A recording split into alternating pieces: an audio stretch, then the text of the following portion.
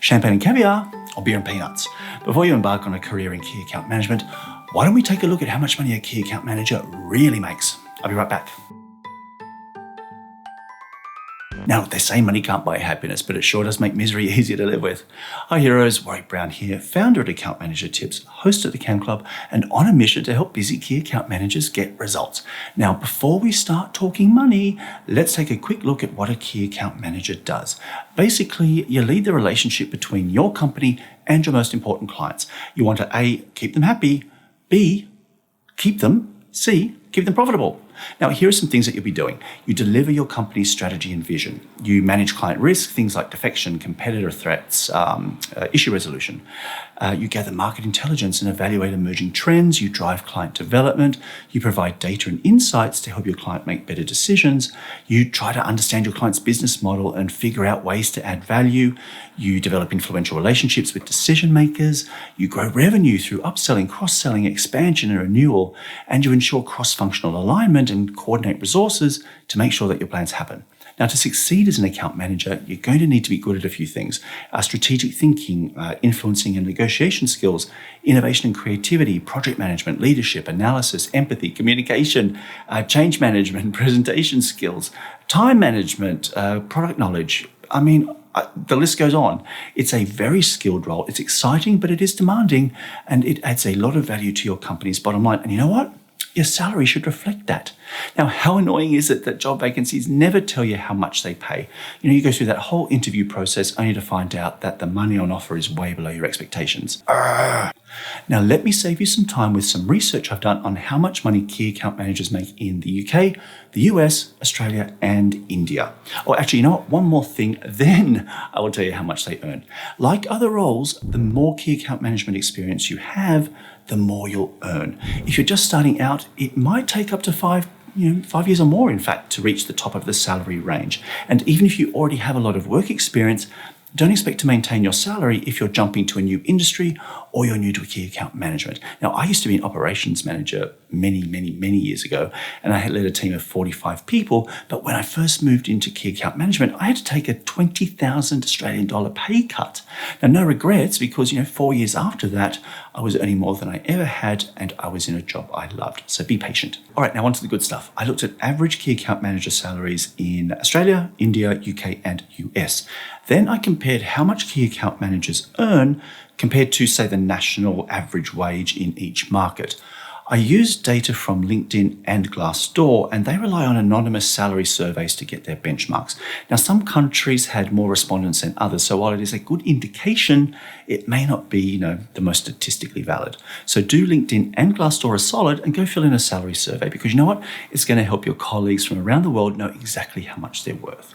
Links are in the description. The national average wage data was sourced from respective bureaus of statistics from each country except India, where I had to use a global salary study. Now, salaries in these countries will vary by profession and location, but at least it's going to give you an idea.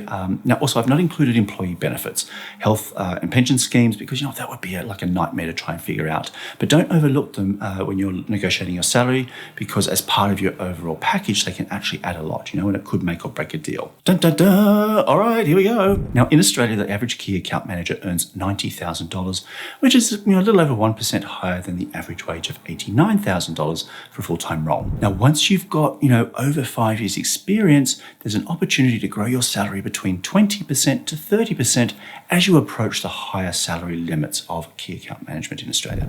Now, in India, the average key account manager salary is 617,000 rupee, which is 57% higher than the average wage of 393,000 rupee. Key account managers can grow their salary up to 50 to 60% after they've got about 5 years experience as they approach the higher limits of key account management salaries in India. And in the UK, the average key account management salary is almost 44,000, which is around 13% higher than the average UK wage of 38,000 for a full-time role. And you can grow your salary once you've got more than 5 years experience between 30 and 40%. In the United States, the average key account manager salary is around $77,000, which is 59% higher than the average wage of around $48,000 for a full-time role. Now, this was based on New York figures. That's what it defaulted to. So I'm guessing that's the absolute maximum range. Now, key account managers managers may grow their salary between 40 to 50% once they've gained around 5 years' experience as they approach the higher salary limits.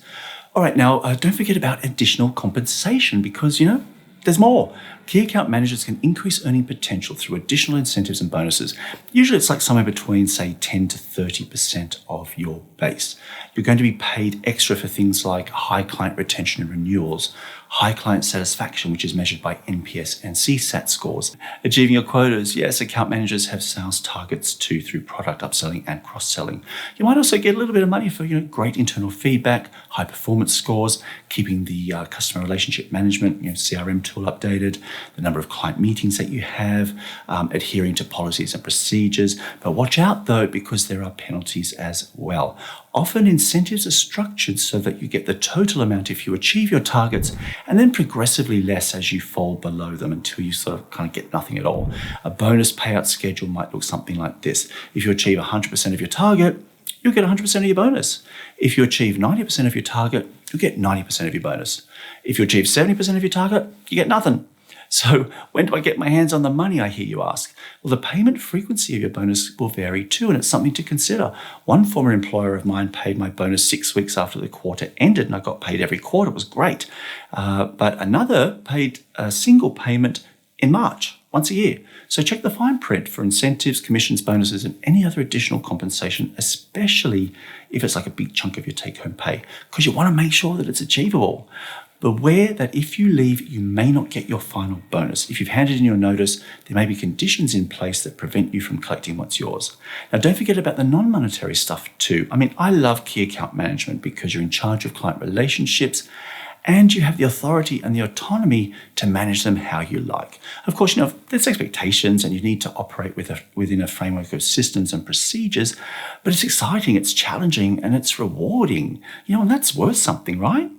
Now, the best part about account management is it's not a 9-to-5 office-based role. You do things your way. You manage clients how you like. Your boss doesn't breathe down your neck. People aren't always asking, where were you? Or what are you doing? It's easy to make your schedule work for you and your lifestyle. You get to work from home a lot. In fact, anywhere really. You get to travel around the country and around the world to meet your clients and colleagues. And you're doing creative, strategic work that makes an impact. Now, the worst part about key account management is, you guessed it, it's not a 9-to-5 office-based role. Your boss breathes down your neck. The bigger your client is, the more opinions there seem to be on how they should be managed. Sometimes it feels just like you can't make a move without somebody watching. Ultimately, you're in charge of everything, which also means the buck stops with you. So you work really, really long hours. I've often pulled 18-hour days and, there's no overtime. I often say whenever I've knocked off early, I have paid it back double the very next week. You've got to go when and where they need you. Now, that might mean the office. It could mean a client in the middle of nowhere. Sometimes it can take you longer to get there, than the actual meeting itself. You rely on your internal teams to help you deliver your creative, strategic work, but they also make mistakes and sometimes they don't deliver and your plans are constantly being reworked or under threat. And you spend a lot of time putting out fires. There's also lots of tedious admin work and sometimes you just feel like you're a slave to your inbox. Now give some thought to the nature of the work and if it's a good fit for you and the impact it will have, good or bad, on your work-life balance. Now there are some things that money can't buy. Me, I would happily take a pay cut if it means I can work from home and I can make my own schedule, even if sometimes the trade-off is long hours and lots of travel. And there is no amount of money, none, that would convince me to take a job that needed me to be in the office 5 days a week, 8 hours a day. But that's just me. What about you? Now, what if my salary is below average? So we've talked about what a key account management does, the pros and the cons of the job, and how much you can expect to earn. Now, you may be thinking, I don't earn that. These key account manager salary guides are an excellent place to start. But before you go running to your boss demanding a pay rise or telling the recruiter to sharpen their pencil, you need to dig a bit deeper. Do some research on salaries in your industry, location, and organization, and overlay that with your experience and achievements. Also consider, what your company is going through or the company that's potentially hiring you. If there's budget cuts, hiring freezes, restructures, things going on in their industry or with their company, it might not be the right time.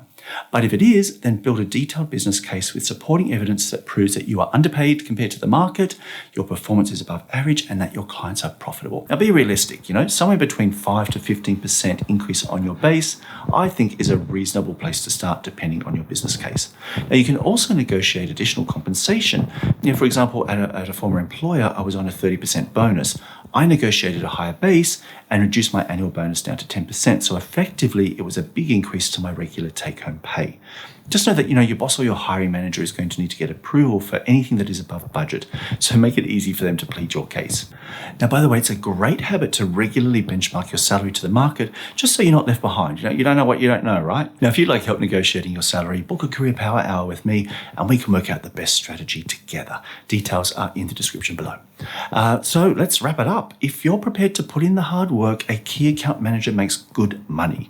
The base salary is well above the national average, and bonus and incentive schemes can really top up your earnings nicely. Plus, there is generous room to grow your income as you gain more experience. Key account management is also an exciting and very rewarding career. You learn transferable and in-demand skills, and you can use those to genuinely make a positive contribution to the results your clients and your company achieve. So what's not to love? Now, if you're hunting for a job in key account management, then I suggest you check out my video all about how to create 30, 60, 90-day success plans. This will help you in the recruitment process as well as settle into the new role once you start. Or check out this video on what it takes to be a great account manager. It's an oldie but a goodie. All right, well, that's all, heroes. You know where to find me if you need me. Until next time, bye.